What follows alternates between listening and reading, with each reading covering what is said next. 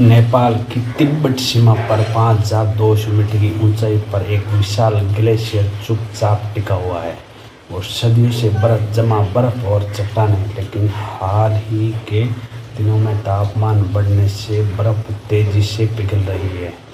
पानी ग्लेशियर की दरारों में घुस रहा है और धीरे धीरे उसके अंदर कमज़ोर कर रहा है, और फिर अचानक एक झटका या तो भूकंप या सिर्फ कमजोरी है। ग्लेशियर का बड़ा हिस्सा तट के नीचे गिर पड़ता है और बर्फ और चट्टानें 1 किलोमीटर नीचे घाटी में धंस जाती है। लहंदे खोला, नदी का रास्ता पूरी तरह बंद हो जाता है। मलबे का विशाल प्राकृतिक बांध बन जाता है और पानी उसके पीछे जमा होना शुरू हो जाता है।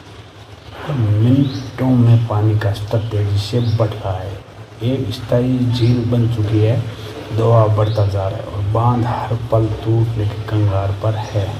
और फिर बांध टूट जाता है। लाखों घन मीटर पानी, बर्फ और मलबा एक साथ नीचे की ओर रफ्तार पकड़ लेता है। छोटे घोसी नदी में एक विकराल दीवार बटकर पानी आता है।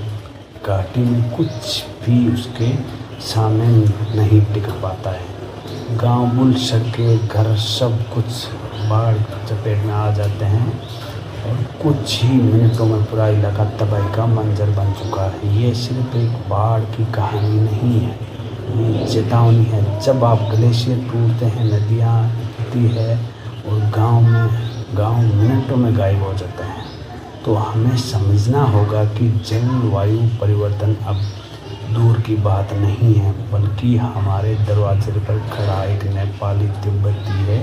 तबाही हमें याद दिलाती है प्रकृति को नज़रअंदाज करने की कीमत बहुत भारी है।